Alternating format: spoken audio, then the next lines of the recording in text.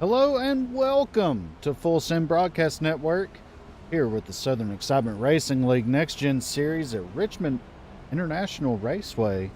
Tonight in the booth, I have Justin Hutchinson joining me. How you doing tonight, Justin? Pretty good, Jacob. Hope you had a good holiday. Glad we're back Oh, to racing. had a fantastic one. How about yourself? Oh, it was good, man. I got stuffed. Oh yeah, I had the fortunate time of being able to have two Thanksgivings, one with my family and one with the in-laws, and both had some great food. So let's talk a little bit about tonight here at Richmond with the SERL. What are we looking forward to tonight here? Well, from what I see that sticks out the most, it's going to be every week to me, and it's that one faster pair, as Richmond's a really slick racetrack, so you're going to have to worry about that with your tire wear playing a factor. Absolutely. Yeah, as we look at the race facts for tonight, these guys are going to be running around this 3/4 mile track for 150 circuits of it. They're going to have a stage where they're going to award some bonus points to the top 10 stage finishers at lap 60, at the completion of lap 60. Tire wear, like you said, is a priority, but one thing we're going to be looking for tonight is them short track tempers. Are they going to flare or are they going to flop?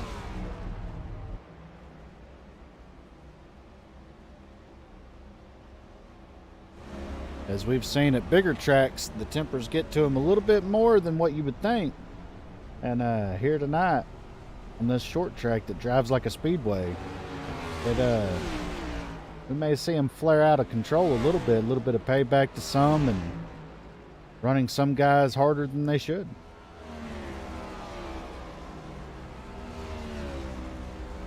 Yeah, I think the fuel load's going to play a little factor in as well. You got about 80 laps to a fuel load.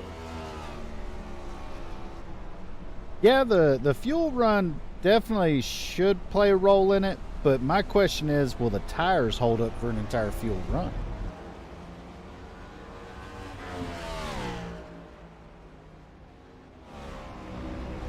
As we look at some of these guys finishing up practice here, about 2 minutes remaining in it.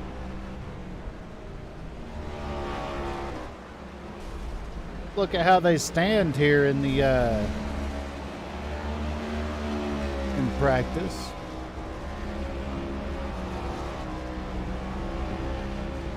Right now, Blake Giglio in that 16 machine sitting up there on in the top spot for practice here with that 2198. Justin Michael with a 2217 and Bill Stringfellow with a 22 at 20. Jamie Dunning with a 22.24 and Dakota Camper with a 22.24 with 3 thousandths separating them two. That's your top 5 here in practice.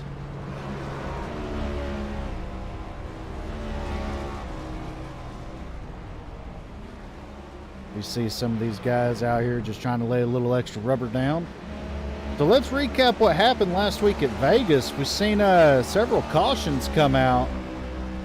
A little bit of tempers flaring, guys laying the bumper to each other, and seen the same top 3 finish the same exact order that we had the previous week.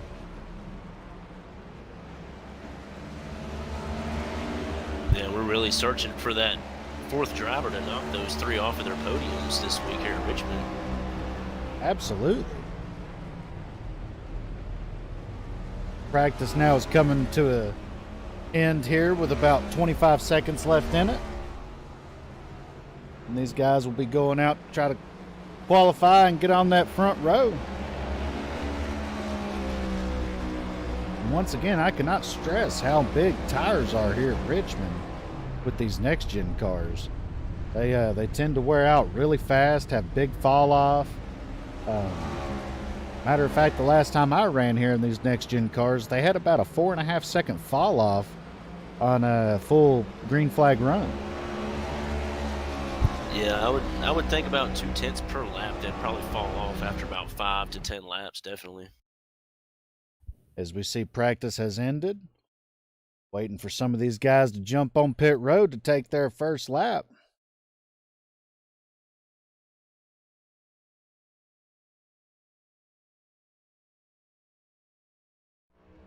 See the 87 of Justin Michael coming off the pit road here.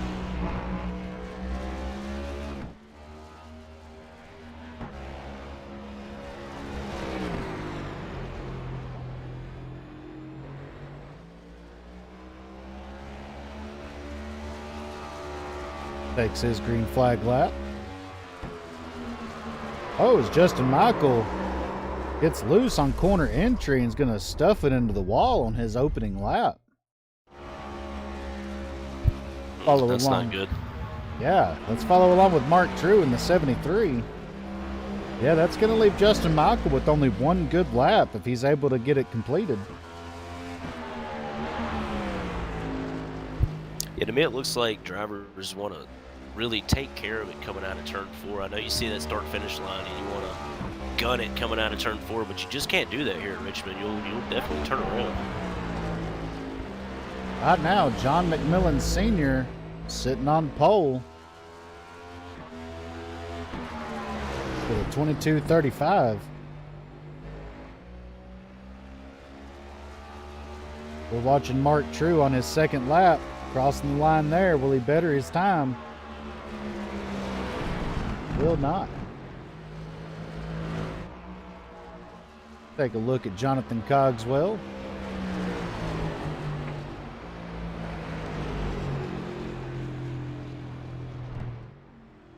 Like he's done.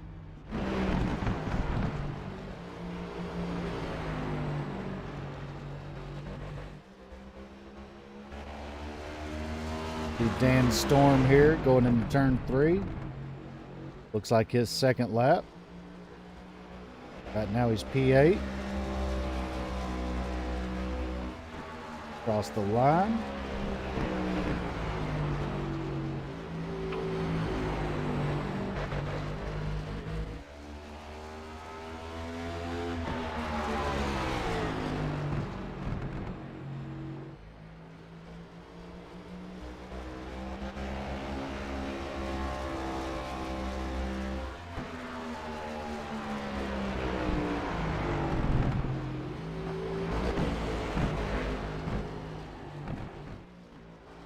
Go take a look at John McMillan Sr., your pole sitter right now at that 22.35.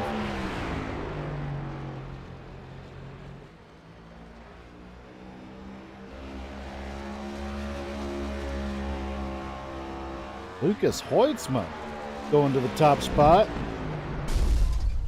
Take that back. Bill Stringfellow to the top spot with a 22.21 in that 83 machine. Looks like Ronnie he's Osmer grabbing second there with a 22.234. Oh, as we see him really getting sideways off of turn 2. Dustin Matson out on the track. First lap was a 22.55. Let's see if he betters that. He does. 22.35. That's going to put him up to 5th.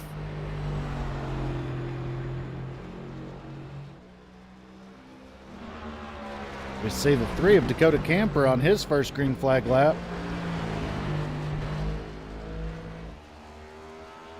Six minutes left in qualifying.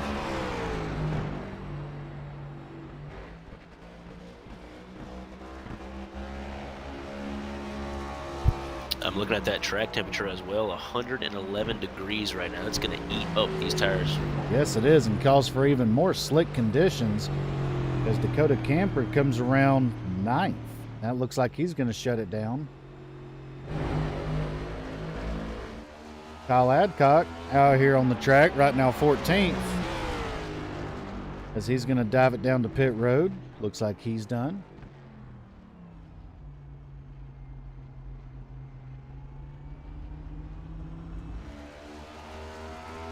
Dan Storm sitting P18 in that 81 machine with a 22.81. If he's able to better that lap time. Has still some solid drivers left to go with Christopher Howell, Blake Giglio, Tristan Newman down there.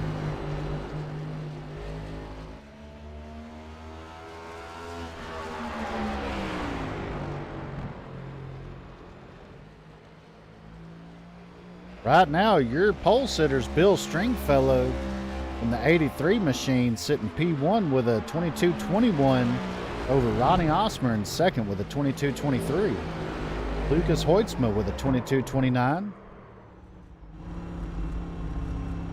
And John McMillan Sr. in fourth with a 22:35. Dustin Matson in fifth with a 22:35.8.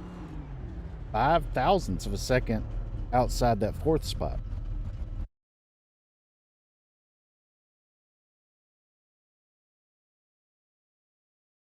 Right now, there's no action on the track.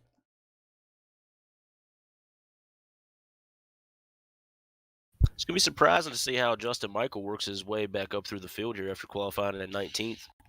Absolutely. Yeah, after having a troubled first lap, having to use that second lap there, Justin Michael qualifying 19th with that 22:89. This track's going to be awfully challenging for these drivers, especially in the opening laps.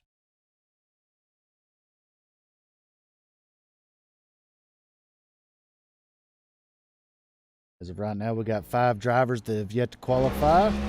One of them 5 is right here, the 95 of Isaac Singleton out on the track right now.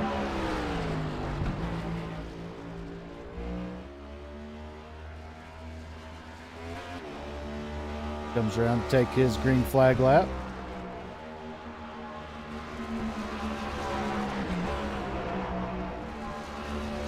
Seeing if he has anything for Stringfellow up there for P1.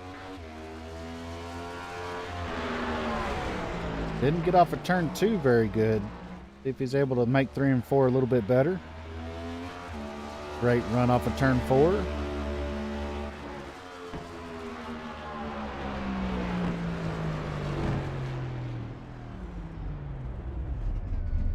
Looks like he will not have a qualifying time. Don't know if he got in the wall a little bit there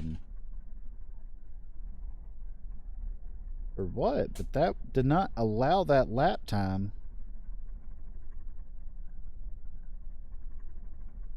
Hey, May got a little loss of control there. That's a possibility.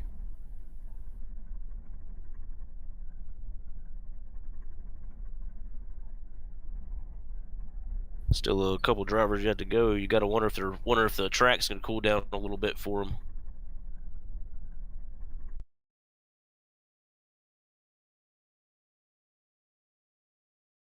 Waiting for some of these guys to take their lap.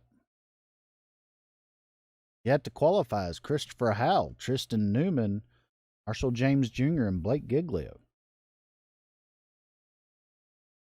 I would have to say, if they're going to take a qualifying time, right now is the opportunity.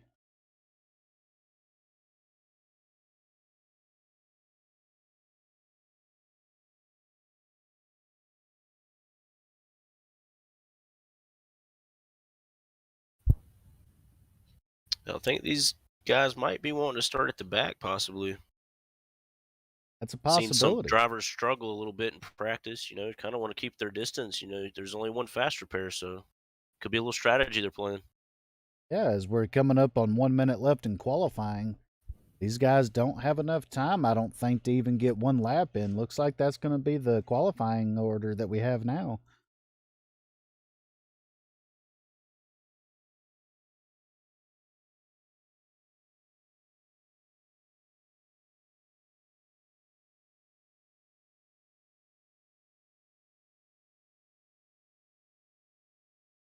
That looks to be correct, as them 4 have not taken to the track. So yeah, that looks like we have the official qualifying order now, with Bill Stringfellow taking the pole with that 22:21 in that 83 machine. As soon as qualifying becomes official, we'll show you the starting grid.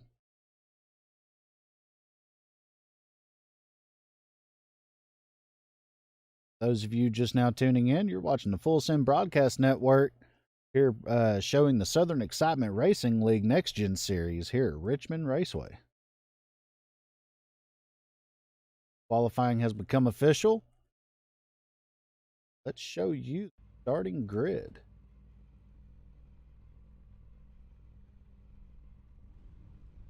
Starting on pole, Bill Stringfellow, that 83 machine. Second is Ronnie Osmer. Third, Lucas Hoitzma. John McMillan Sr. bringing it in fourth. And fifth, Dustin Matson. 6th, you got Mark True. 7th, Jamie Dunning. 8th, Matt Crockett. 9th, Dakota Camper. Rounding out your top 10, Jonathan Cogswell. And 11th, we got Chris Gones. 12th, John McMillan Sr. or Jr. 13th, Andrew Rattell. 14th, Kyle Adcock. 15th, Eli Raposa. Matt Goodell, 16th. Joey Doucette, 17th. Dan Storm, 18th. Justin Michael back in 19th with Drew Prohl in 20th. 21st, we got Christopher Howell. 22nd, Isaac Singleton. 23rd, Blake Giglio. 24th, Tristan Newman.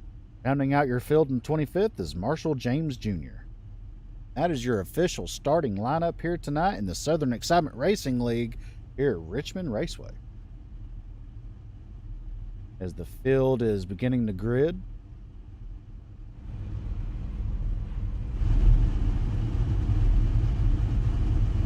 A little surprise, Bill Stringfellow. He was solid last week. Had a little bit of trouble in that race and he got through it. The pole here tonight. So he must be a really good short track driver.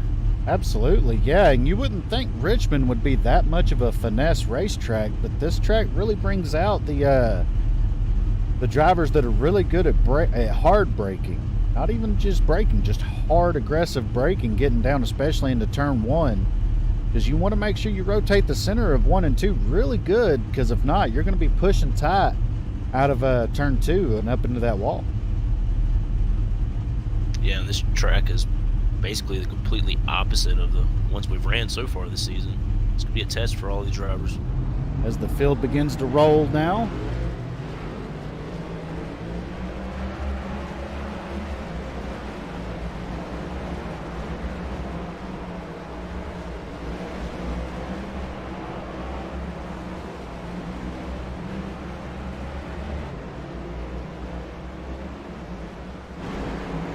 lights are out on that pace car, which means we're going green this time by. 25 cars right now out on this track with 150 laps to decide who is the best here at Richmond. Could we see a repeat winner or could we see a new winner? What do you think, Justin? I think we're going to see a new winner tonight. You know, this being a short track, you're really going to see the short track drivers come out and show everything tonight. Looks like they added 1 lap to get everyone bunched up.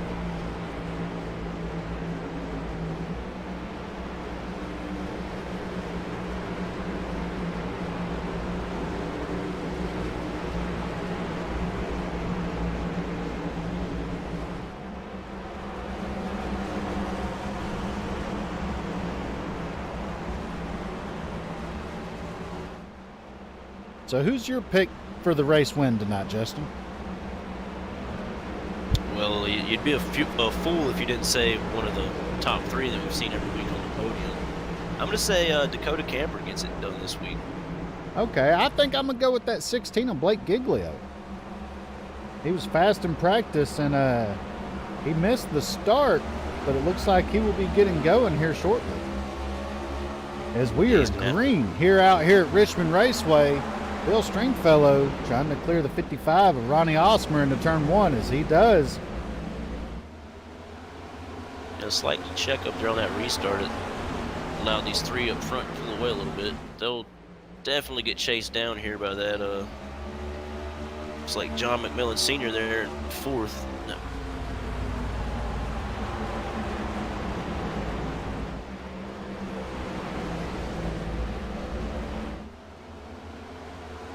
Bill Stringfellow looking fairly smooth there, leading that first lap.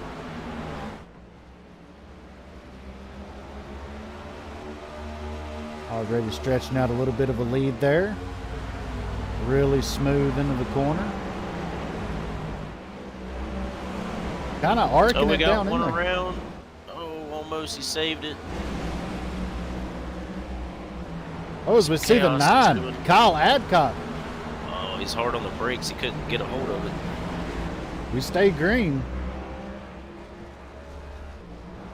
A little bit of damage. We see the 95 also go around a little bit. Looks like he backed into the wall pretty hard. The back of that car is really damaged. We are still green here. Oh, as we see the 51 go around. Stay up, stay up. That Looks was like everyone's going to make it through. Got one through the infield as well there, trying to check up. the yellow comes out for the 51 of John McMillan Jr. Let's go take a look and see what happened right there. Joey Doucette was also the other car that wound up off the track. Yeah, he might have been too hard on his brakes. Watching him come into turn one there, right above the 11. Joey Doucette. No contact there. Oh.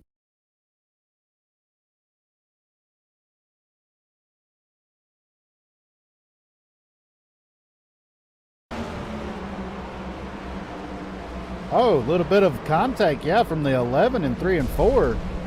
Yeah, it looked like he just ran him over in the corner. Yeah. As we go back live. 51's going to be too happy about that one early in this race.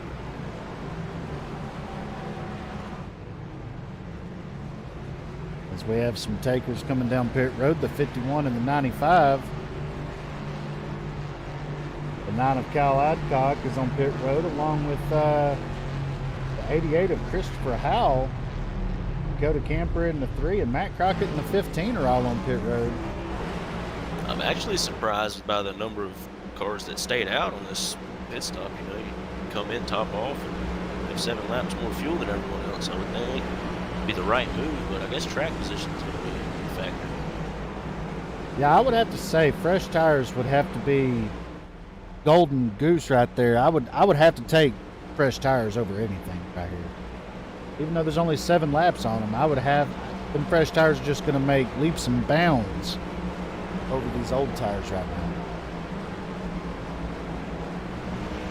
Yeah, I guess they're factoring. They only have 4 sets of tires, so it's be tough to go the rest of the race with 3 sets.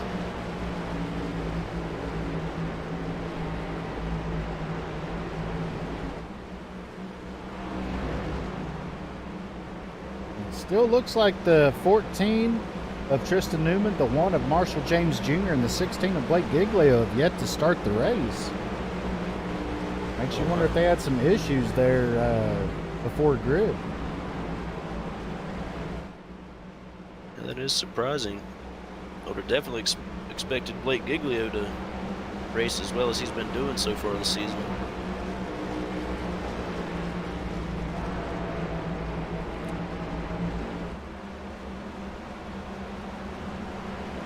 As the lights are out on the pace car, which means we're going green this time by.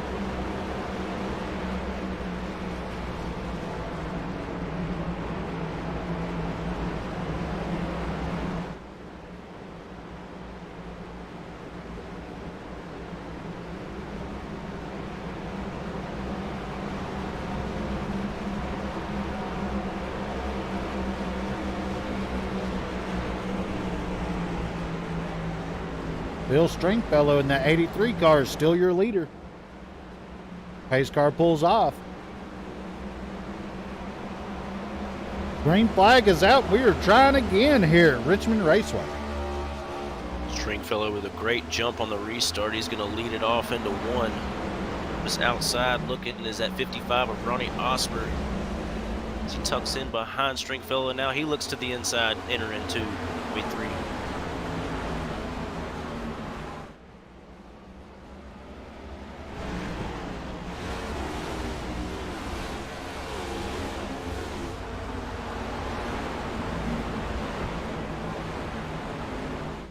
Now, these 3 seem to maintain that gap out front once they jump that restart pretty good by about 3 cars each time.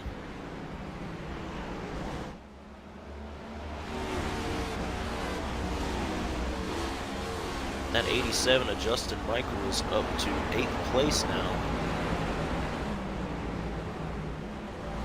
Stayed out with those drivers on that pit stop. Looking very fast. He's up 11 spots since the start of this race. Right now, he's the race biggest mover.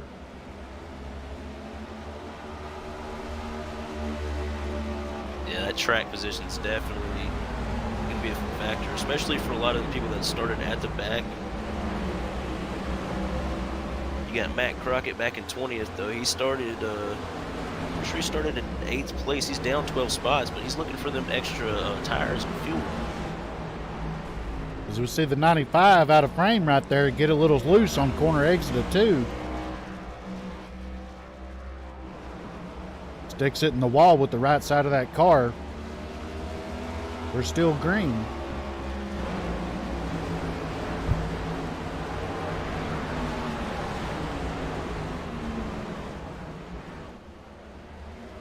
Stringfellow looking really smooth pacing this field right now.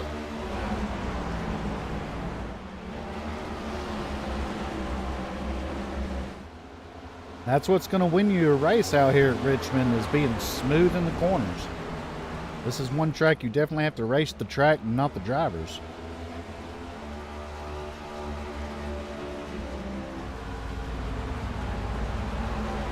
Right now, your top 5 are still the top 5 that qualified in that exact order. You got Bill Stringfellow, Ronnie Osmer, Lucas Hoitzma, Don McMillan Sr., and Dustin Matson.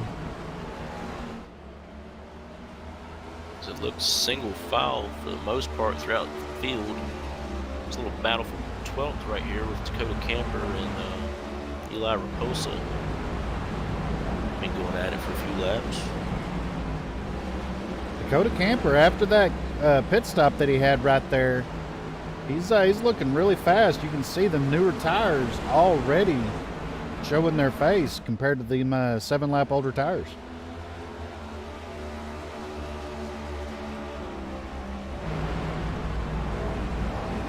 That's going to be the key for the drivers that pitted right there, because they're going to be able to run their cars longer. They're going to be able to run their tires harder and not have to worry about blowing a tire if this thing does go green for a while.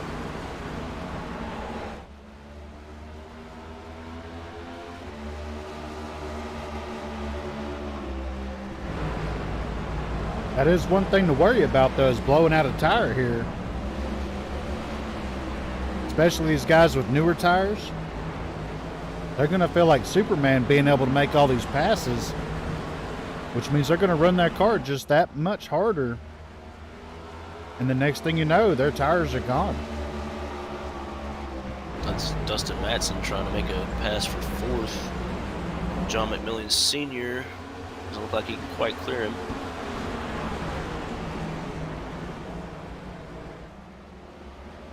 He'll get it done there in turn 3 and 4.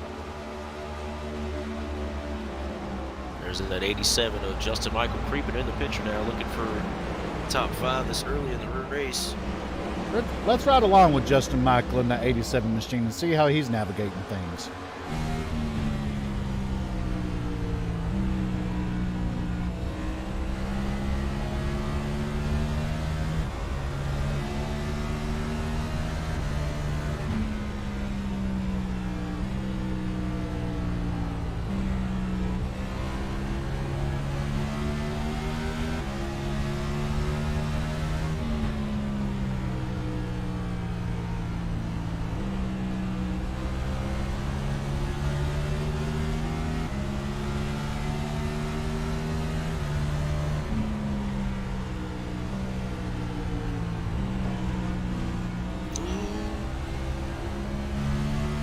Something that I didn't think we would see here tonight.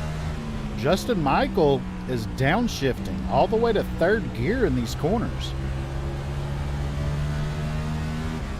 Yeah, I think downshifting is going to give you a little bit better entry, and it probably give you a faster exit, really, if you exit high, which goes from the low to the high side. We see Justin Michael now making those passes. He's now up to the 5th spot. Really looking fast tonight in that 87 machine.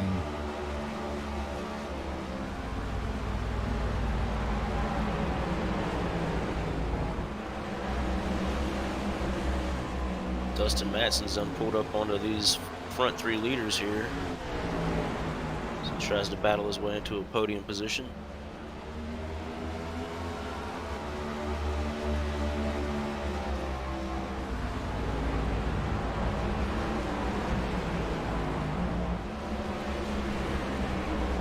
Batson on the inside of the 97 of Hoytsma. Not going to get him done there before the backstretch. Oh, Hoytsma entered a little bit too wide there. Is going to allow Matson to pull right by. Go check in with your leader, Bill Stringfellow, who's led all 26 laps right now. So we got Drew Prohl hit pit road here on lap 26. Along with Chris Gomes. I wonder if this is a strategy for the stage at 60. That's a possibility. Splitting it in half, having the fresher tires, especially if a caution comes out. Yeah, well, they don't want to see a caution right now. Oh, Drew Prohl just disconnected. Might have had some issues there. But back to the 83 car of Bill Stringfellow, your leader. He's led 27 laps right now, coming to lead lap 28. And I would have thought he would have been able to stretch out a lead by now, but the 55 of Ronnie Osmer staying hot on his tail, not letting him get away. But it makes you wonder if Stringfellow is actually conserving his tires and equipment, trying to make it where as Osmer's tires wear out, maybe he can stretch out a lead then. Yeah, and we're going to see a factor play in here with him as Isaac Singleton's right up in front of him in that 95, about to go a lap down. See if Ronnie Osmer can take advantage of this lap car and get around Stringfellow. Stringfellow's going to get around easily, but Osmer has to pass him in a bad place. Oh, and the 95 tags the wall a little bit there. Just trying to get out of the leader's way.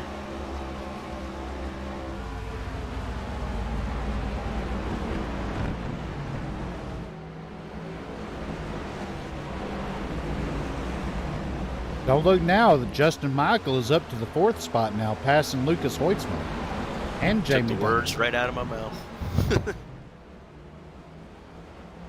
That 87 is on a mission.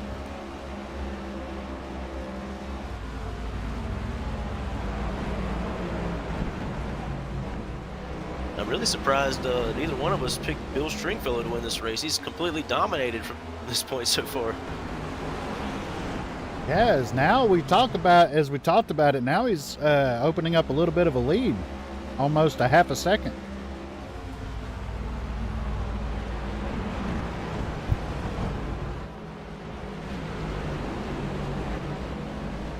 And to me, that 6 of Dustin Matson, it looks like he's building his speed on the long run.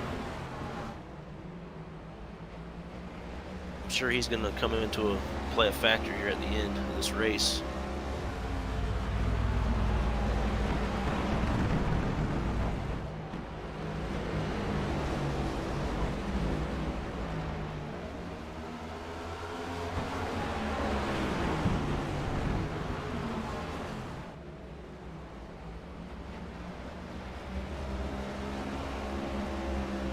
There's not much battling going on through the field right now. Spread out pretty decent. Some clean driving. Dan Storm looked like he was off the pace a little bit there, but had an issue as the leaders are catching him now pretty quick.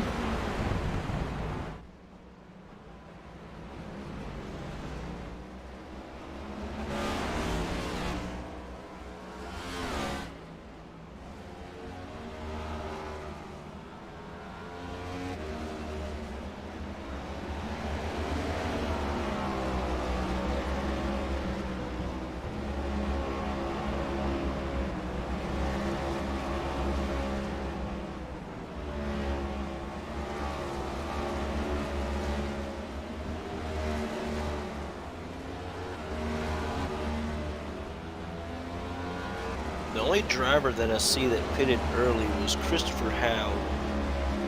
Did on lap 21, so we'll have to see where he plays out once everyone else makes pit stops, because I'm sure we're going to have green flag pit stops because they're so spread out right now.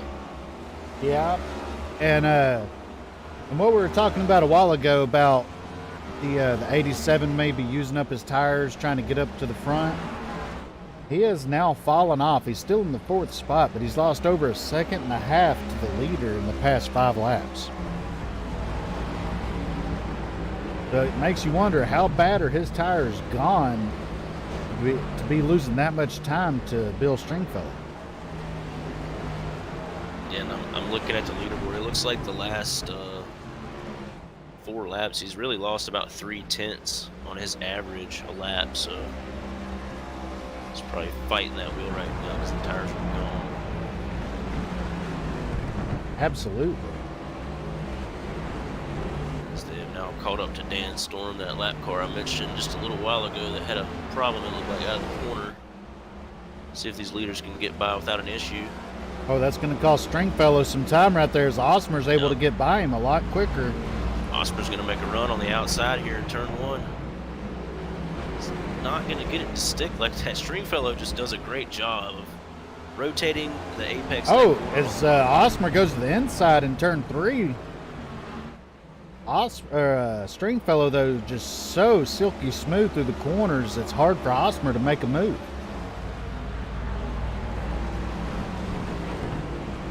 And that little bit of battling has now let Madsen catch up to him. Brought him back in the picture.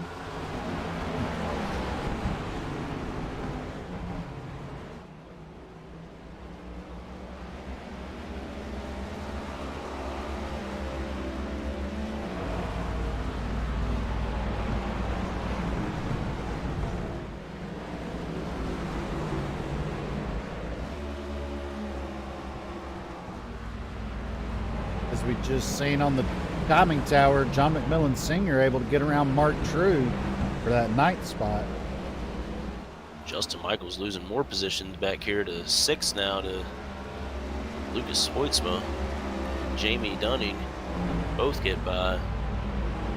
Yeah, Justin Michaels' tires must be shot by now with the way he sliced and diced his way up through the field. That right front tire is probably not far from having to be changed. Yeah, you know these drivers, they can make it to the stage on fuel, no problem. These tires make it 50 laps, green flag, that's a lot on these tires here. Richmond with 111 track temp. Absolutely, as we see Lucas Hoytsma trying to get by the 54 of Jamie Dunning for that 4th spot. Well, correction, the track temperature is now Dunning down hard to in the 101. wall. Sorry to interrupt you there, Justin. We just seen Jamie Dunning slap the wall pretty hard. Oh, wow.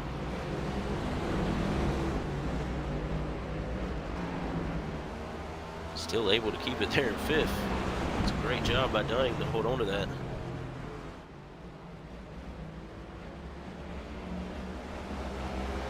But yeah, it's looking like the track's done cooled down 11 degrees now. It's down to 100 degrees. It might cool down even more before this thing's over. Let's go check out the 88 of Christopher Howell. See how much better than pressure tires are doing for him. His last stop was on lap 21.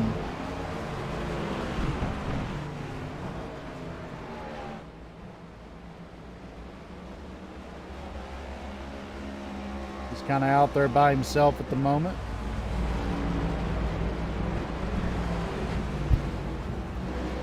Yeah, he's really hoping these drivers start hitting pit road soon so he can cycle around as the leader and grab him a stage win. I don't think that they will be, though.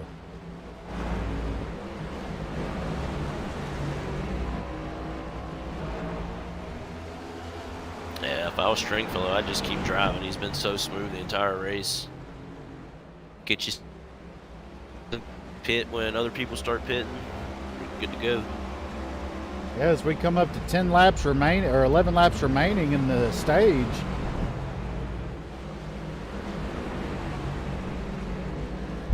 So we're going to have to battle with another lap car here. Let's see if Osmer can take advantage once again. An opportunity here.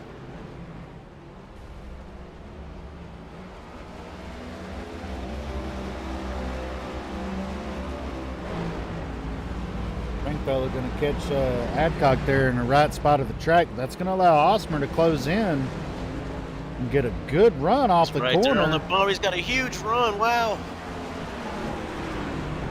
To the inside. He just can't. Oh, almost he can't contact.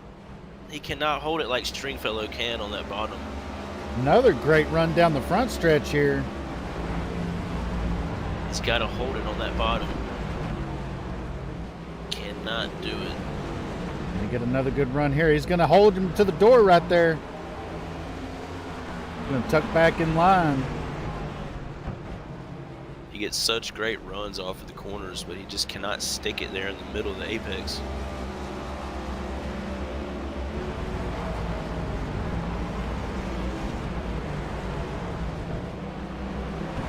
As we see the 27, Jonathan Cogswell coming off the pit road. Look for him to be faster than these leaders here and possibly mix it up here. Yeah, he's going to have a head of steam.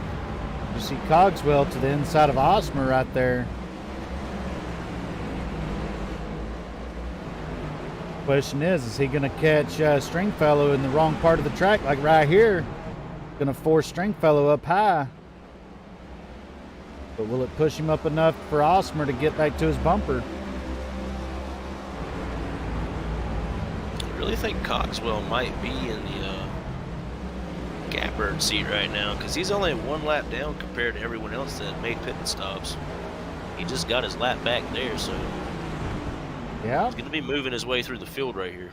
Yeah, he's the first car right there, one lap down, that has not had issues. He's got Dan Storm and Kyle Adcock ahead of him, but we've seen both those cars have issues in this race. But yeah, he's sitting pretty good right now, and already disappearing from the leader's point of view. As we see two lap cars go side by side here in front of the leaders, is that going to cause an issue here? Oh no. That is not what Bill Stringfellow wants to see out of his windshield right now.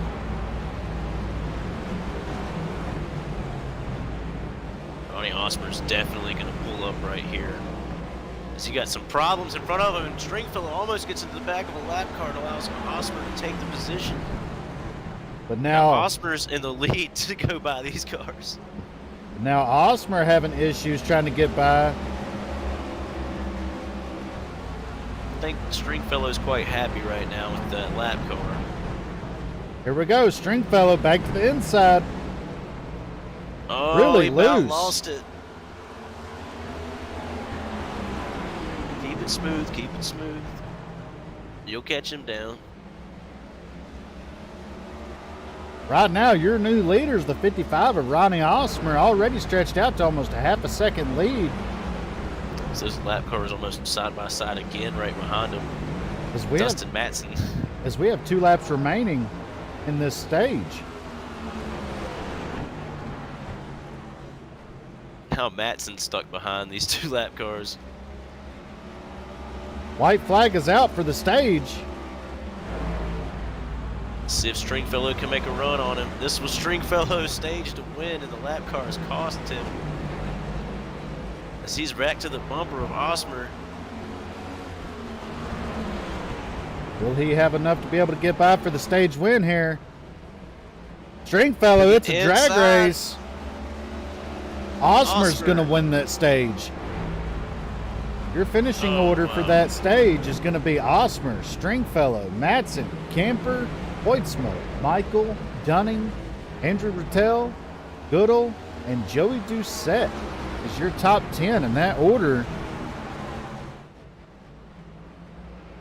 Stringfellow's still looking to grab that lead back. You know that hurts. You lead every lap up to that point. What, 3 laps, 4 laps before the stage ends? Absolutely, yeah, just to have some lap cars. As he grabs the lead back here. As we're probably getting ready here within the next 10 to 15 laps of seeing green flag stops, because we already have some. Dustin Matson on pit road, along with Andrew Rattel, Amy Dunning. All right, this is where I'm watching Christopher Howell. I want to see where he cycles back around. He should be our leader.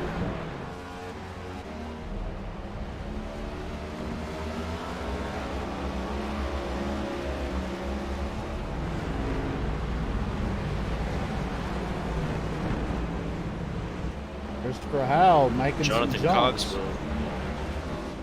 Cogswell might be our leader. With Howell in second. Ooh! Oh, the That 95. car actually got into the back of Christopher Howell there. Oh my gosh. That was... might have had brake failure there. You got one in front of Howell there getting sideways. Oh, Havoc is breaking loose right now as we're on green flag stops right now. That was Matt Crockett.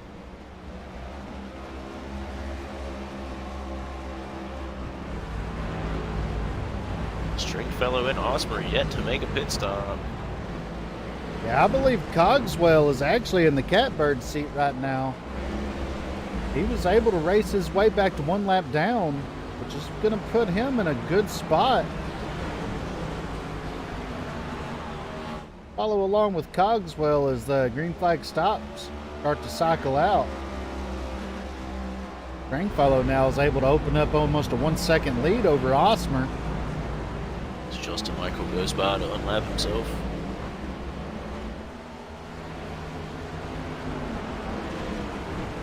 Maybe these drivers are staying out just to see if they can get a yellow and put everybody a lap down. A little bit of a lock up there out of the 27 going into turn 3. Huge difference in tires. See, Michael's already pulled away for about 5 seconds.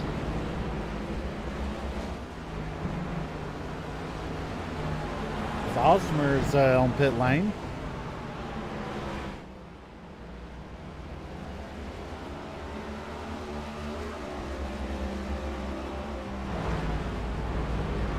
Right now, we only have 7 cars on the lead lap. I imagine by the time green flag stop, cycle around, we'll have 10 or 11 cars on the lead lap. Looks like Stringfellow's now going to hit pit road to make that stop. Should give Dakota Camper in that 3 the lead momentarily until he makes his pit stop. Trying to get some bonus points I would pursue towards that championship battle. Now we just see how much Cogswell able to make up here, but the leader on pit road. Dakota Camper is actually your current leader in that 3 machine. He has yet to pit. His last pit stop was on lap 6.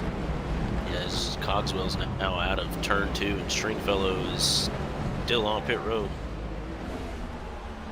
Just now exiting pit road.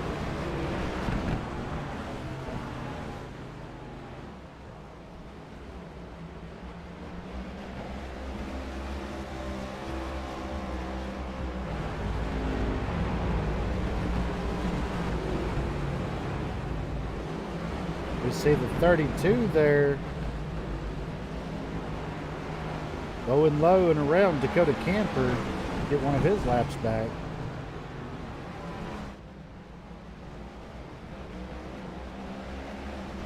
Quite small on the pit road.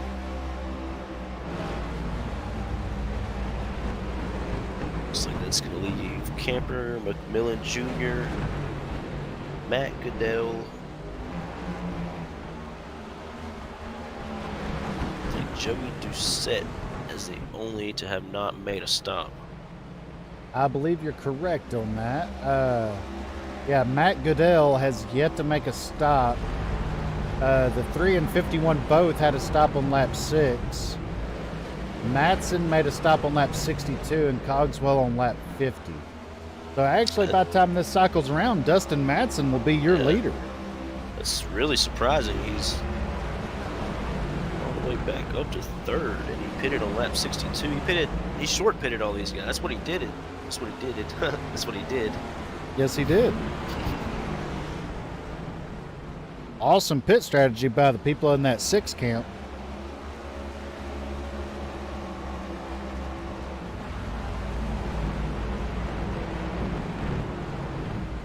Oh, as the 73 pulls down in front of the 6 and kind of blocks him there on corner exit. Camper hits pit road, as well as Joey Doucette. That's going to cycle around. Dustin Matson in that 6 machine is your leader. You know what's crazy about that was Oh, as the my caution goodness. comes out. Doucette was literally about to get lapped down by a camper, and he pitted, and then the caution just came out. Oh my gosh. This is going to mix it up big time. See if we can find out what happened there.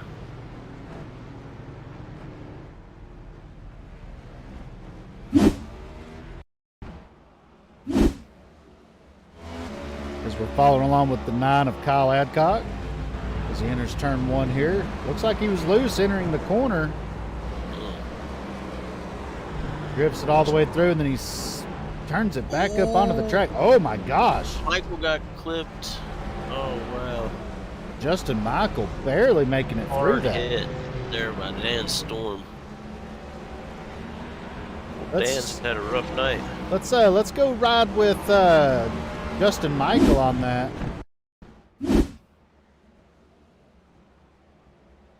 And see his point of view. He sees him getting loose right there. Oh my gosh. Yeah, slight contact on that right rear. I don't think it was enough to do any damage. Yeah, he's on pit road now. Checking that car out. It looks like he does have a little bit of damage. They're gonna have to repair as he's off now out of his pit box. Yeah, a little bit of right front damage looks like on that 87 machine. But nothing that looks like it would hurt the driving of that car. So that's gonna give John McMillan Sr. your lucky dog.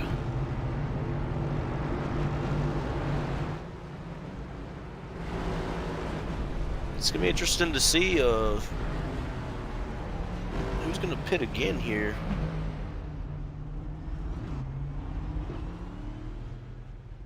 Dustin Matson's already got 16 laps on those tires. Yeah, it's going to be interesting to see if he's going to come in and get some tires. When you have a big lead, you don't really have to worry about your tires falling off that bad because everyone else's tires are going to fall off that bad too. But now that everyone's tight, tighten it back up again. Right. It's going to make the tires even more of an issue. As we just seen a car completely enter the corner and just go straight around. Yeah, that looks like he had a little bit of an issue on corner entry, possibly under braking, too much rear brake bias in that car, and it just started looping around on him. And his tires were only 5 laps old, so he might have been just used to driving the old tires, and we got the new ones. They just slid a little too much. And well, while we're under caution here, let's give you a rundown of how the race is going. As they come to 1 to green right now, Dustin Matson, your race winner. In second, Ronnie Osman. Third, Bill Stringfellow. Fourth, Dakota Camper. Fifth, Lucas Hoitzman.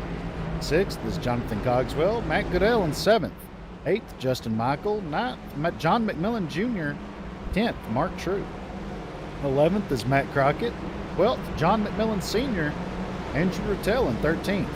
Isaac Singleton in 14th. 15th, Christopher Howell. 16th, Joey Doucette. 17th, Kyle Adcock. 18th, Eli Raposa. 19th, Jamie Dunning. 20th, Dan Storm. 21st, Chris Gones. 22nd, Drew Prohl.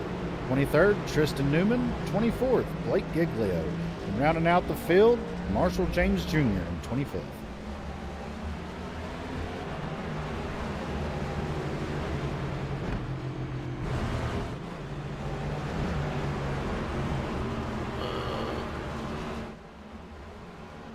I think we have a delayed green there.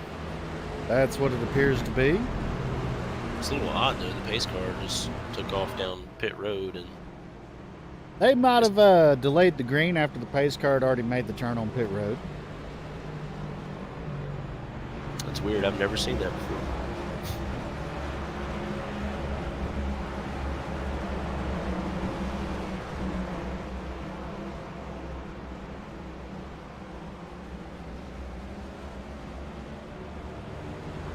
as the field tries to catch up to the pace car.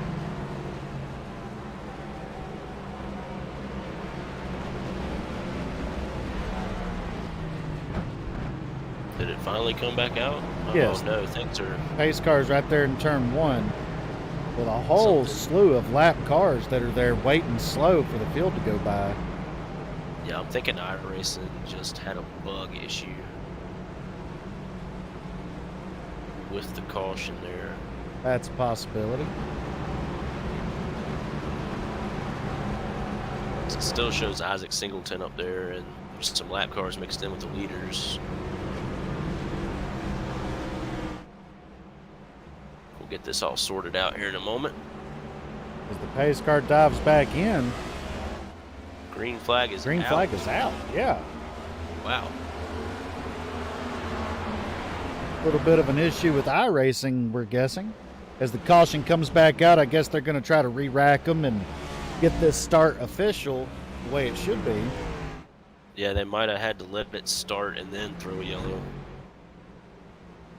Just to get it out of its iRacing little is glitch. Yeah, iRacing is funny like that sometimes. Yeah, it might have, when the pace car pulled off and they called that extended caution, it might have glitched like that, because I know if you throw a caution on lap 1 sometimes, it will actually glitch it as well.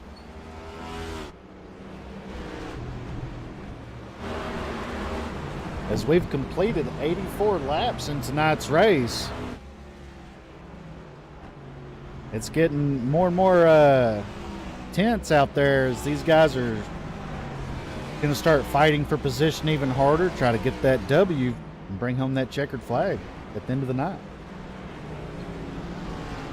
Yeah, and I hope that they know the order they're supposed to line up in, because I'm so confused right now.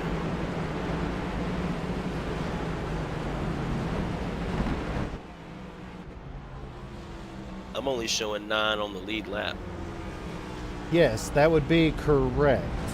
That was as the caution had fallen after green flag stops. A lot of the drivers got trapped a lap down. Yes, that is true. Still feel like maybe some of those lap cars that are up there are actually wave arounds. I'm not sure. Matt Crockett was just waved around. See, I didn't think that many. I think there's a few guys that were still in the lead lap. I got messed up by the racing incident here. It's always hard to decipher how the lineup looks when you have a caution come out like that, and then iRacing has its little glitch. It can always make it more difficult to figure things out, which that's exactly the case that happened here. Yeah, as Mark True's getting waved around the pace car. So I was wondering, I thought there was more than 9 on the lead lap when that caution came out. It was...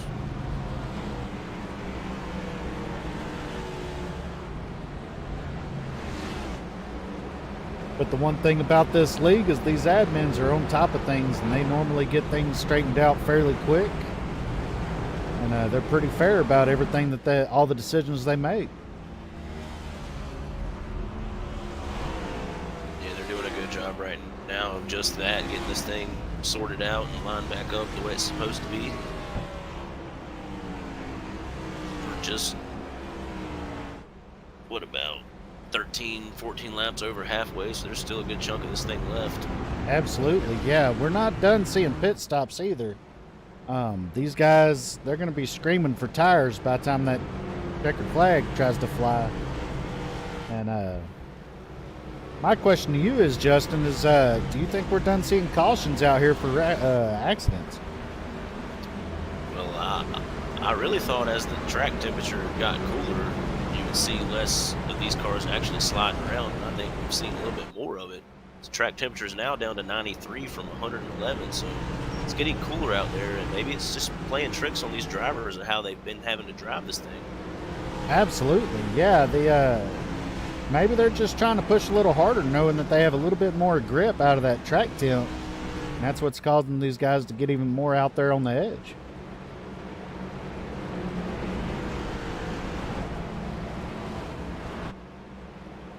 Pace car makes that hard left turn.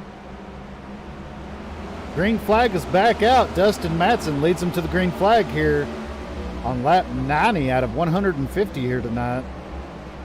Ooh, camper really high there in turn 1. He's going to lose a slew of positions there on that outside. As Ronnie Osborne takes a battle to Matson on the outside for the lead.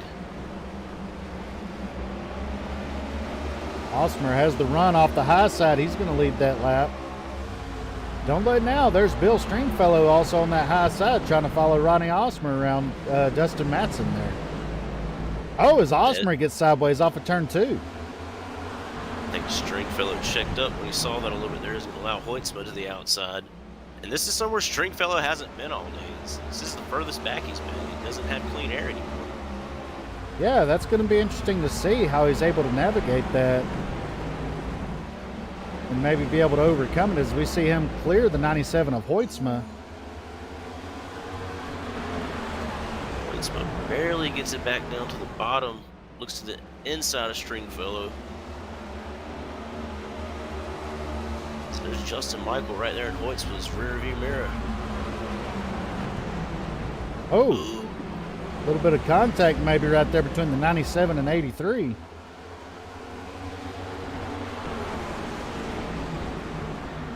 It's 83 looking to the inside of Matson. Going to get to the door there, have a good run down the front stretch, possibly going to clear him in the middle of 1 and 2. Oh, is that 3 wide almost? Don't look now. There's that 87 of Justin Michael going by Dustin Matson there for 3rd. Hoytsma pushing Matson on the straightaway. And a little bit of bump drafting here at Richmond. Ooh! Really close battles going on here for this top 5. That 97 is driving the wheels off that thing right now.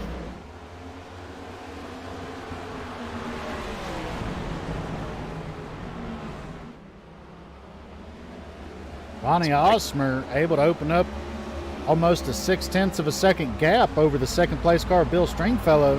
And as we say that, there's Justin Michael to the inside of Stringfellow. Michael's up 17 positions. Let's see what he's got for the 2 top dogs all day in Osmer and Stringfellow here.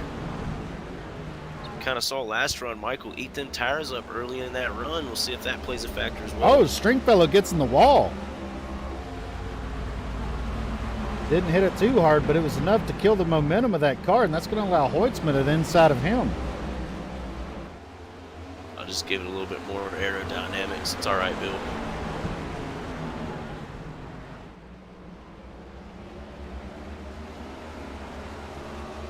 All right, 0.6 of a second gap between Osmer and Justin Michael. Let's see, oh, as Michael cuts that down by a full 1/10 in one corner. That's what I'm watching though. He's eating those tires up, trying to dig it down and catch Osmer right here. Because Osmer had the biggest lead we've seen all day. A little bit of a right front lockup out of the 87 machine. Since he is pushing that car to its absolute limits right now.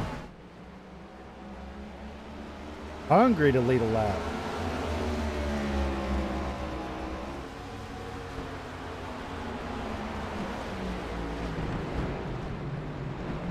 Some drivers trying to work their way back up through the field. They're a lap down. Jamie Dunning back there is battling with the 9th place car.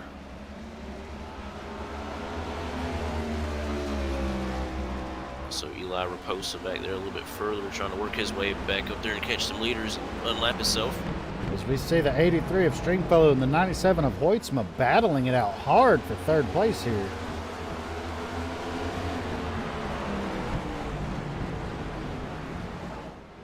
Looks like Hoytsma's going to clear Stringfellow and take P3. Justin Michael slowing down a little bit. allowed Osmer to open it back up to over half a second lead. Maybe Michael's already heated up them tires pretty bad there in them opening laps. Yeah, Matt Crockett hit pit road there. That might be his final stop of the night. He might try to drive this thing out to the end.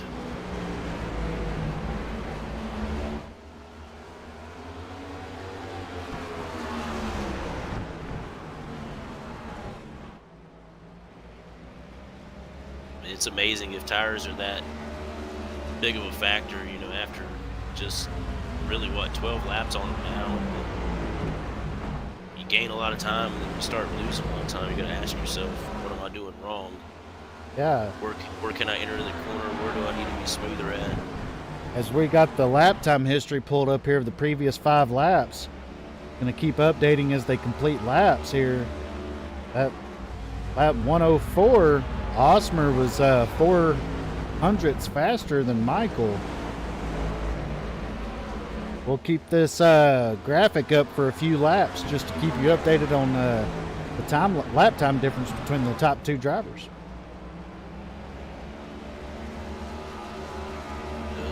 Dakota Camper's done crept up here to 7th place, and looking at the back bumper of Cogswell, trying to get around him.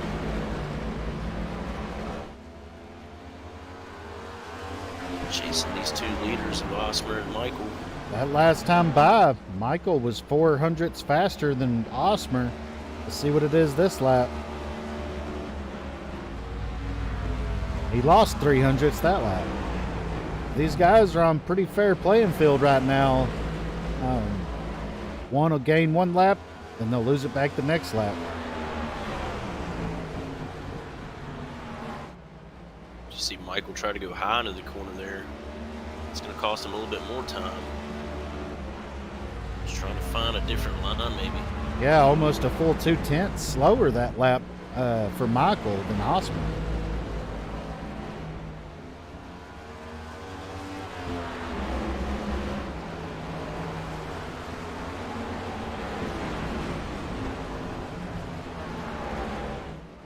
We see Dakota Camper here trying to find a way around Jonathan Cogswell. Cogswell slow on the front stretch, yeah. Wow. I don't know if he was slow or DeCamper just hit the NOS button there.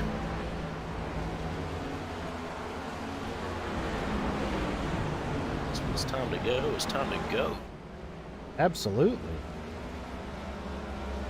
Let's give you a rundown of the field as they run here in the Southern Excitement Racing League. Your leader is Ronnie Osmer. In second, trying to run him down, up 17 spots from the start of this race, is Justin Michael. In third, Bill Stringfellow making the pass on Lucas Hoitzma. He's led majority of this race. Right behind him, passing Lucas Hoitzma also, is the 6 of Dustin Matson. Trying to battle back for that 4th spot is the 97 of Lucas Hoitzma. Following closely behind right there in 6th is the 3 of Dakota Camper. In 7th, we got the 27 of Jonathan Cogswell. 8th, 51 of John McMillan Jr. Haven't heard much out of him all night, but having a good run there in the top 10. In 9th, up 7 spots from the start of this race, is the 38 of Matt Goodell. In 10th, we got the 75 of John McMillan Sr. In 11th, we got the last car on the lead lap, the 73 of Mark True. First car 1 lap down, Andrew Rattel and that number 5. In 13th, the 11 of Joey Doucette. In 14th, the 88 of Christopher Howell. In 15th, having a rough night out there tonight, the 95 of Isaac Singleton. Looks like he hasn't been able to get a grasp on this track here tonight. been not too kind to him. 16 is the 15 of Matt Crockett, missing that whole front bumper there. Had some issues earlier in the race. And 17th is the 54 of Jamie Dunning. 18th is the 46 of Eli Raposa.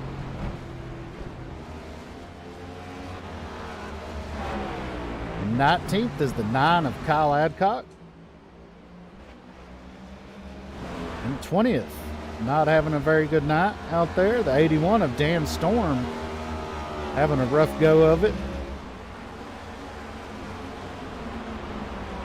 And out of the race is the 44 of Chris Gomes. And 22nd, 89 of Drew Prohl. And 23rd, Marshall James Jr. in the 1. 24th is the 14 of Tristan Newman. And rounding out the field out of the race in 25th is the 16 of Blake Giglio. And that is your full field rundown here.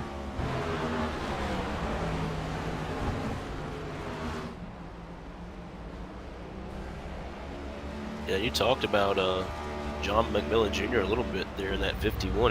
His car was actually sideways in the wall at one point in this race. It's all the way up to 7th. He's having a great run. This race hasn't been without issues for him, of course. Yeah, we see the damage on the back of that car. Had a rough go of it. We have a big wreck. Dustin Madsen involved. Our leaders. Oh my gosh, and it looked like the 95 of Isaac Singleton was involved in that also. As the caution comes out here, as we've completed 119 laps tonight. That's not good when a lap car is involved with the leaders. No, it's not. Let's go back and see if we can find out what happened here.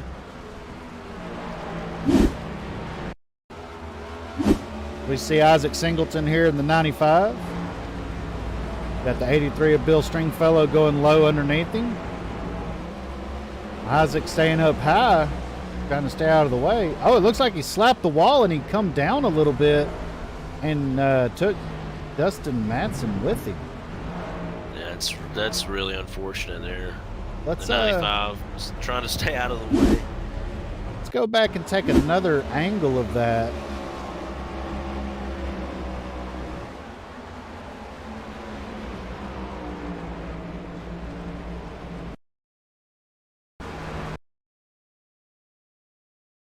We're going to rewind a little bit here.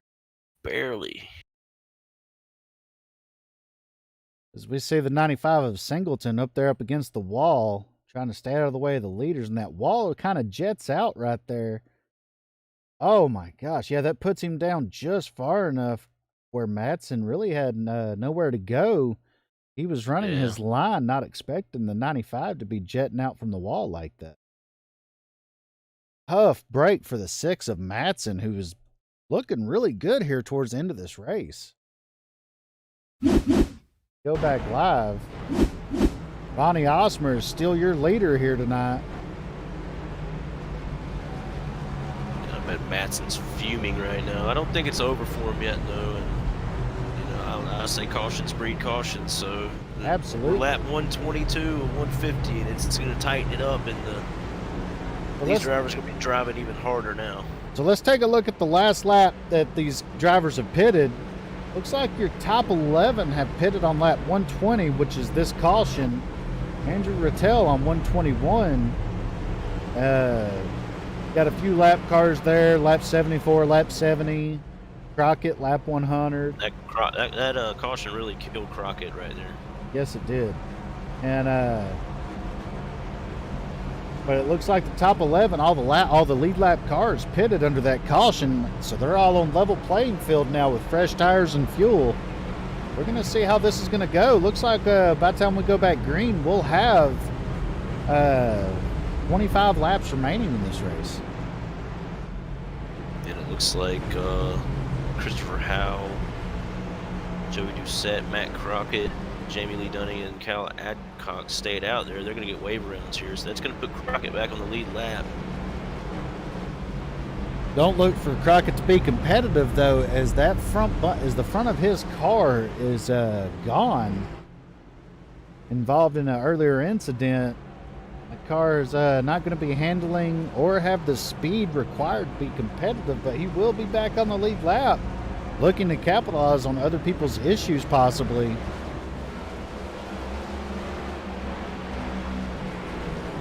That's now going to put 16 drivers on the lead lap, I believe. Yes, sir, and Kyle Adcock would be your next lucky dog if we get a caution, as he is the only driver 1 lap down now. I'm sorry, that's going to make 14 cars on the lead lap. Matt Crockett is the first car 1 lap down in 15th.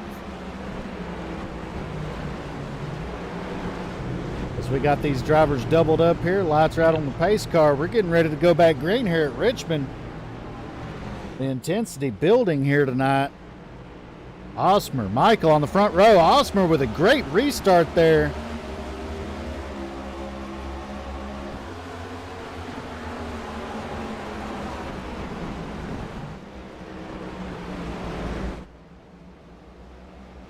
Osmer already out to almost a 0.4 of a second lead. But don't look now, Michael pushing it hard, trying to get that lead.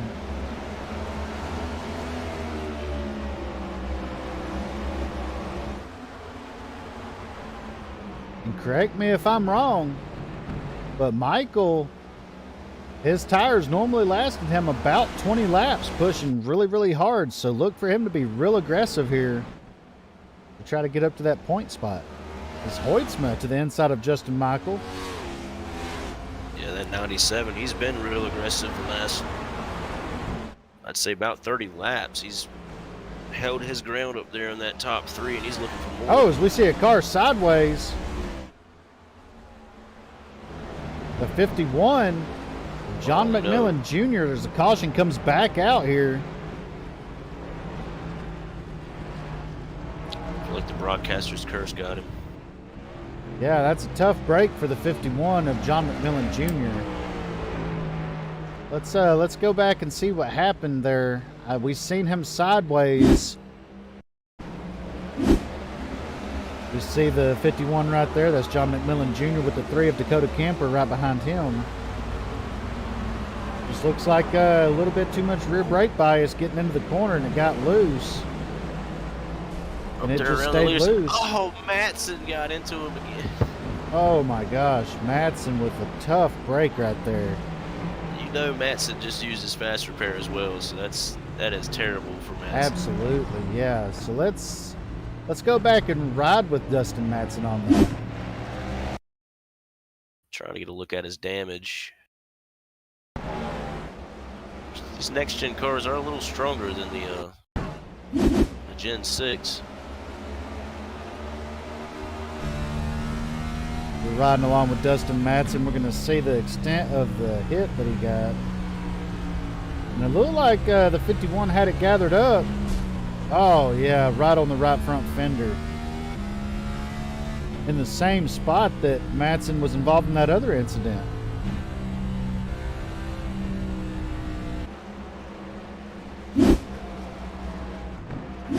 Let's take a look at Dustin Matson and see if he has any major damage out of that. The right front of that nose is definitely pushed in.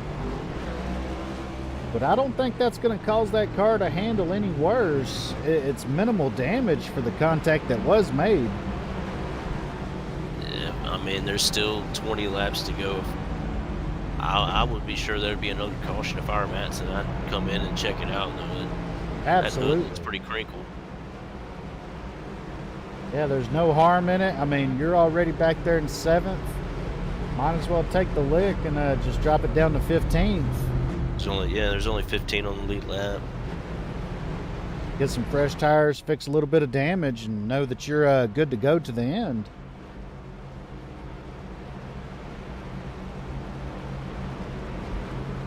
For those of you tuning in tonight, we appreciate it tuning in here to Full Send Broadcast Network with the Southern Excitement Racing League Next Gen Series. Shaping up to be a fantastic finish here in this race. We appreciate you stopping by. Matson's going to keep it out there. I just feel like that hole in his hood's going to really hurt his aerodynamics a little bit.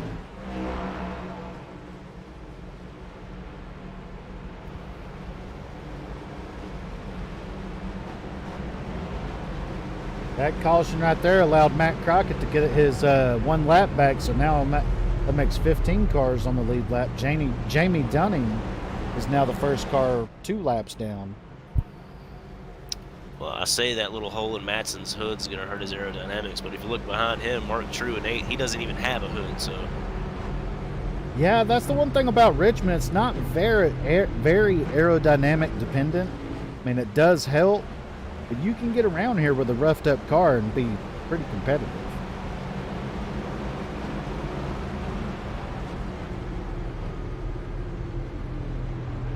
So we double them up again.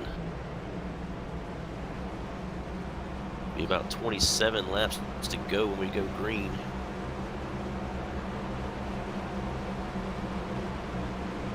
And some drivers in the back there take fresh tires. Joey Doucette, Christopher Howell, John McMillan Jr., Matt Crockett. Crockett's got a little damage though, but even fresh tires will help him here. Pace car makes that hard left turn. Osmer with a great restart there out of turn 4. Hoytsman not far behind. Hoytsman's going to make the pass on Justin Michael there. Michael, though, going to battle back on the high side.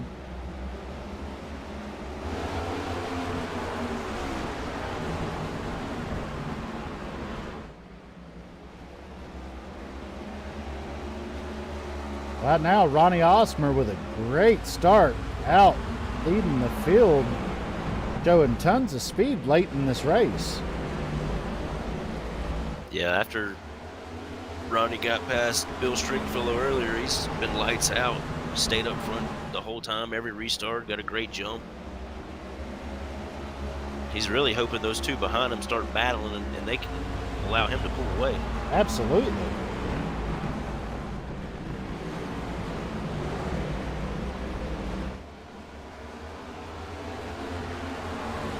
It's almost out to a half a second lead now. None of the leaders pitted that last time by. That last caution. We complete lap 135 here. Hoytsman Right now has gapped himself from Justin Michael, making his sights set on the 55 of Ronnie Osmer. Freshest tires are in 11th, and that's Christopher Howell. He's 3.2 seconds behind these guys.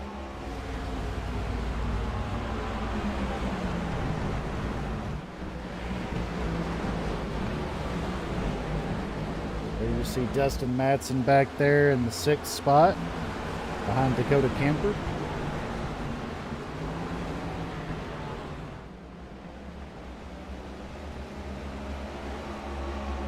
Cogswell making the pass on the 73 of Mark True, but True putting a fight up. A little bit of contact in the corner there. Cogswell gathering it up. It's going to cost him a lot of momentum down the backstretch here. Big checkup behind him. Makes you wonder if Cogswell's going to put the bumper to True.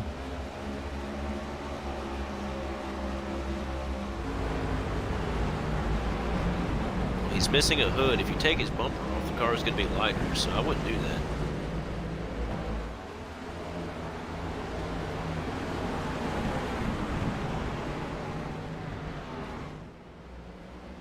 We go back and check on your leaders. We have 11 laps remaining. Ronnie Osmer jumping out to almost a 7/10 of a second lead over Lucas Hoytsman at 97. And Matson just got around Dakota Camper there for the 5th. Damage hasn't really hindered him much at all. Stringfellow battles Michael in front of them for 3rd.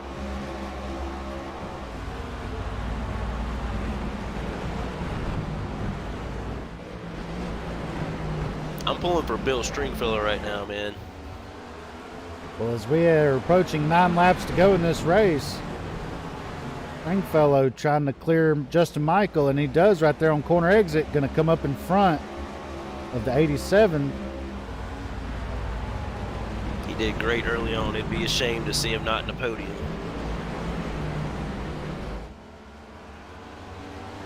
Ronnie Osmer stepping it out to 8/10 of a second lead now, almost 9/10.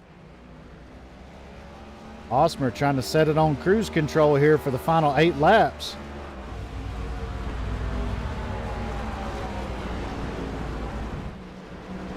smoking was Dan Storm.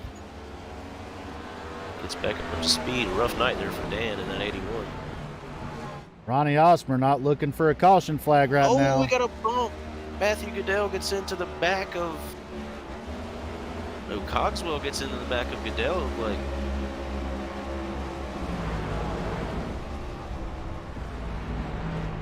John McMillan Sr. with some issues here. maybe that's who he got into there. Yep, that was. Goodell got into the back of McMillan Sr. Osmer now, 6 laps to go with over a second lead over Lucas Hoitzman. That was really close there, too. It was a 9th. There was about 5 cars within a blanket.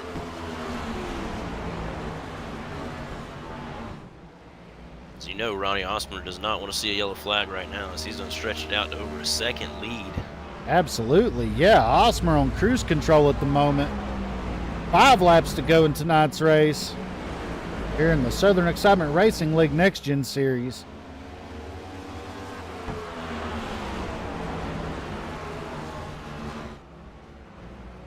Next week we go to Texas Motor Speedway down in the Lone Star State. Back to another 1.5 miles. Osmer looking to capitalize and have momentum going there next week.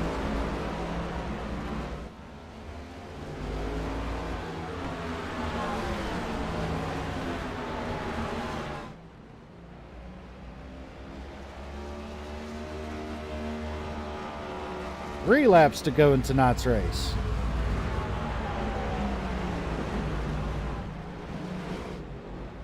I don't see anyone catching Osmer now. Absolutely not, as we see a little wiggle out of the 97 of Hoitzma there coming out of turn 2. There is a lap car in front of them, Dan Storm. 2 laps to go here. We'll see if this lap car plays a factor.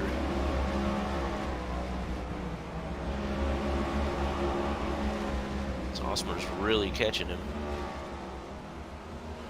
Osmer's hoping that Storm goes high, allow him to get by.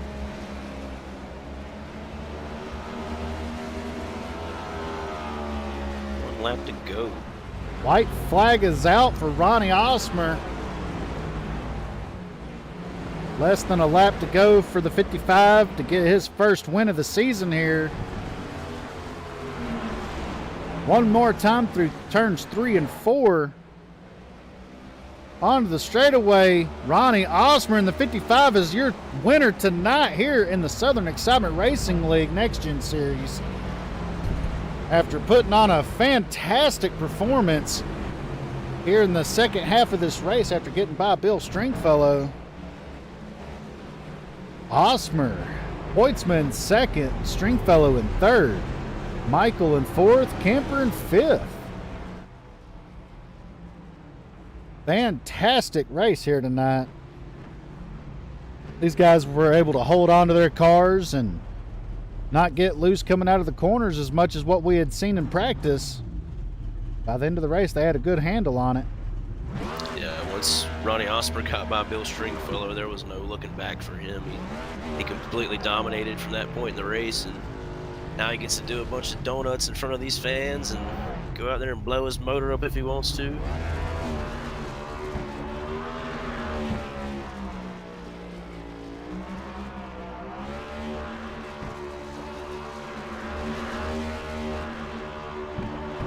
What a race tonight. Ronnie Osmer able to put it on cruise control there in the closing laps of the race. Bring home his first checkered flag of the season. Now with the momentum heading into Texas Motor Speedway next week. Yeah, with these cars sliding around as much as they did, and a few of them spun out and people got around them and the cautions didn't come out, which was a good thing for the racing aspect of it, but it was fairly clean tonight by the most part. Absolutely, yeah. Some drivers having a rough night, spinning out, hitting the wall. Dustin Matson bringing it back in 6th after having a couple of issues with some lap cars. Great recovery for him, be able to bring it back up there in the top 10. What do you say we go through your official finishing order here tonight?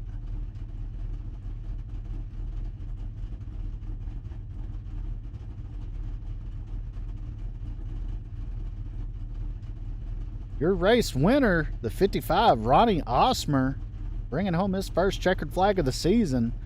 Lucas Hoitzma bringing it home second. Third, Bill Stringfellow.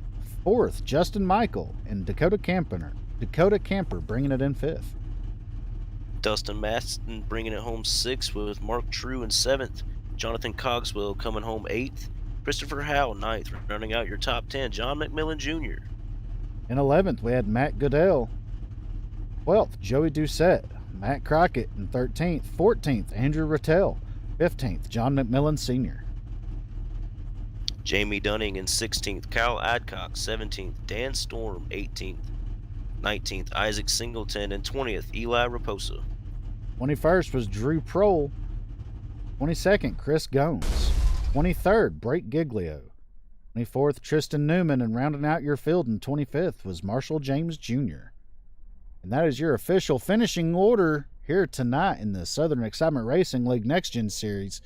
What do you say we get to do some interviews here tonight?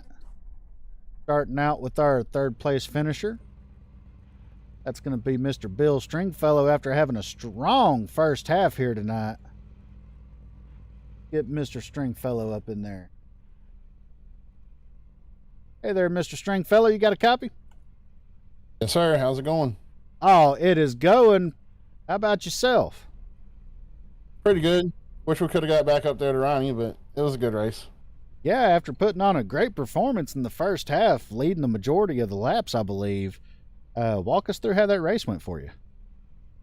It went good. I was surprised I got pole because I got loose coming out of turn 2 or turn 4. I don't remember.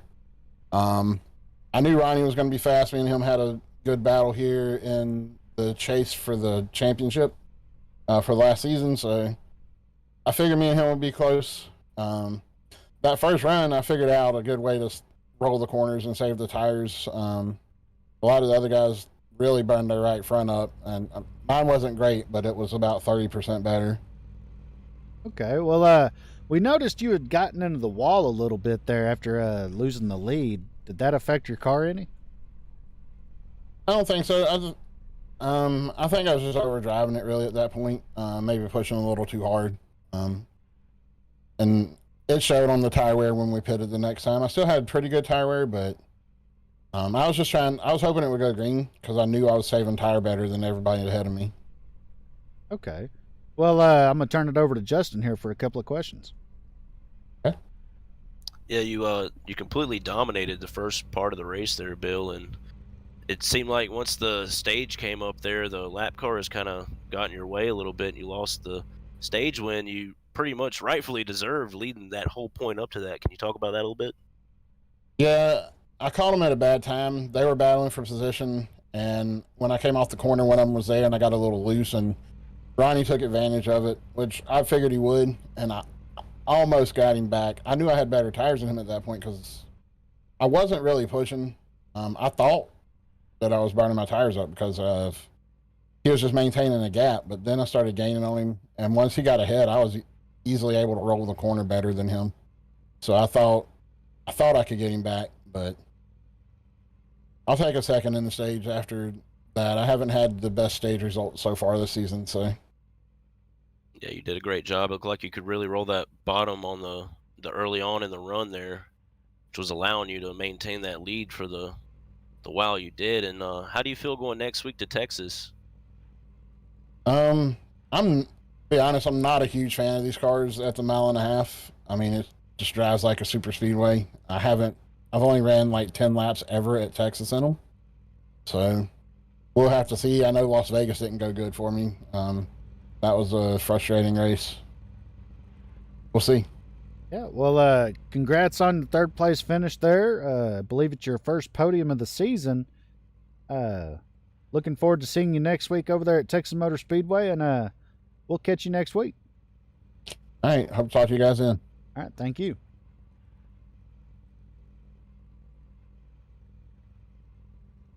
And that was Bill Stringfellow, your third place finisher here tonight in the Southern Excitement Racing League. Let's bring in your runner-up finisher, Lucas Hoitzma.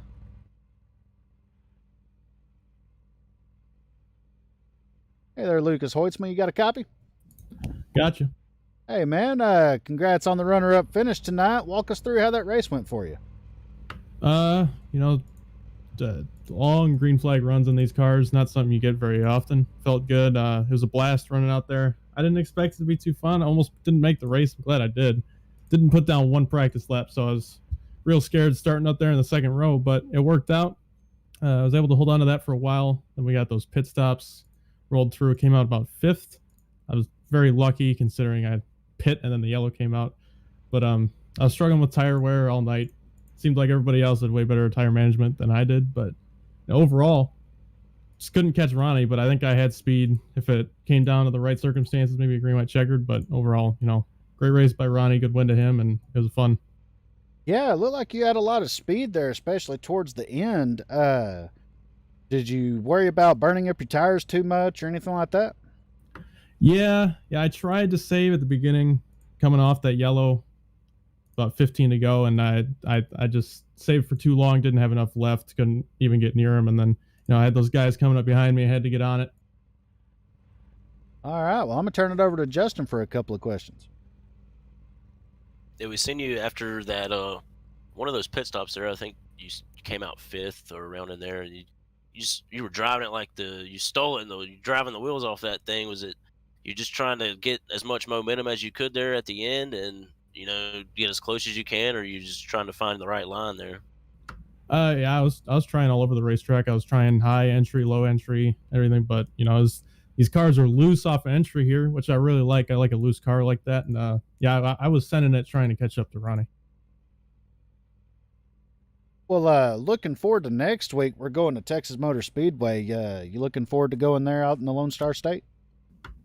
I would say I am, but I don't know. I don't like these cars a mile and a half. So we could see that Richmond surprised me. So never know what can happen. All right. Well, you have any shout outs or sponsor plugs you want to get out there? Yeah, just want to shout out CTC Racing, Labor 12, got him on the hood. Band, check them out, and Low Drag Esports. All right. Well, we look forward to seeing you next week out there at Texas Motor Speedway, and maybe we'll get to talk to you then. Thanks, guys. See you. Thank you. And that was Lucas Hoitzman, the 97 machine, your runner-up tonight in the Southern Excitement Racing League Next Gen Series. I think we've wasted enough time now. What do you say we bring in our race winner, Ronnie Osmer? Hey there, Ronnie. You got a copy? Yes, I do. Hey, man. Congrats on the race win. Your first win of the season, I believe. Walk us through how that race went for you. It was a pretty fun race. It was a lot of fun battling Bill early on, and luckily I got the jump on him with the pit stop under the green flag, and then as soon as I got ahead of him on that next restart, I knew the race was mine. Yeah, you had quite a bit of speed there, and we didn't know if you had enough to get by Bill Stringfellow there. But once y'all caught them lap cars and able to get by him in clean air, it looked like you were able to take off pretty good. Were your tires holding up pretty good during that run? Yeah, the tires were holding up pretty well. It was just there was a lot of adjustments you had to make to the car over the run. It just started off loose and then got tight as the run went. And luckily the tires were able to hang on for me, and I think Bill saved his a little bit better over that run, but I made my adjustments for the rest of the race, and I was able to keep those tires underneath me for the finish. All right. Well, I'm going to turn it over to Justin for a couple of questions. Yeah, we noticed the track temperature at the start of the race. It was around 111 degrees, and it drastically cooled off, about 20 degrees during the race. Could you tell any difference on the tire wear? I think so, because at the beginning of the race, you really had to be easy coming off the corner, taking care of the car to not lose it. Near the end of the race, it felt like there was a lot more grip coming off the corner, so you can be more aggressive and not tear up your tires. So that's how I adjusted to it over the run. And were you ever worried when you seen that 87 in your rear view? Usually I'm a little worried when Justin's back there. Before this race, we were top 2 in the championship, so I'm going to be seeing him a lot this season, I feel like. And I felt like he was struggling this entire race, and I knew me and Bill were the best 2 cars, so I knew the only person I really had to worry about was Bill. Well, Yeah. oh, sorry. Go ahead, Justin. I was just gonna say, yeah, you did a great job there dominating the race after Bill dominated early on. And looking forward to next week. We're going to Texas Motor Speedway out in the Lone Star State. How do you feel about going out there? Should be interesting. I'm pretty sure it's another super speedway race practically, so should be fun. All right. Well, yeah, you have the momentum heading over there next week. You have any shout outs or sponsor plugs you want to get out of the way? Shout out to PH Aware, Dakota and the guys running this league. You guys are broadcasting. Much appreciated. And maybe we'll get to talk to you next week out there at Texas. And you have a good rest of the week. All right, thank you. Thank you. And that was Ronnie Osmer, your race winner tonight. First win of the season in that 55 machine. Beating out Bill Stringfellow there around the halfway point and able to hold off Lucas Hoitzma for the win. Look for him to be up front for the majority of the season. And we'll go over that finishing order for you one more time before we sign off and head towards Texas Motor Speedway. Your race winner was Ronnie Osmer. In second, Lucas Hoitzma. Third, Bill Stringfellow and Justin Michael in fourth. Fifth was Dakota Camper. Dustin Madsen bringing it home 6th with Mark True in 7th, Jonathan Cogswell 8th, Christopher Howell 9th, John McMillan Jr. in 10th. At Goodell bringing it home 11th. 12th was Joey Doucette. 13th, Matt Crockett. 14th, Andrew Rattel and John McMillan Singer rounding out the 15th spot. Jamie Dunning 16th, Kyle Adcock 17th, Dan Storm 18th, Isaac Singleton bringing it home 19th, and Eli Raposa in 20th. 21st, Drew Prohl. 22nd, Chris Gones. Blake Giglio bringing it in 23rd. 24th, Tristan Newman, and rounding out the field in 25th was Marshall James Jr. here in the Southern Excitement Racing League Next Gen Series. For Full Sim Broadcast Network and Justin, I'm Jacob. Signing off here. We'll see you next week in Fort Worth at Texas Motor Speedway. Have a good night and rest of the week.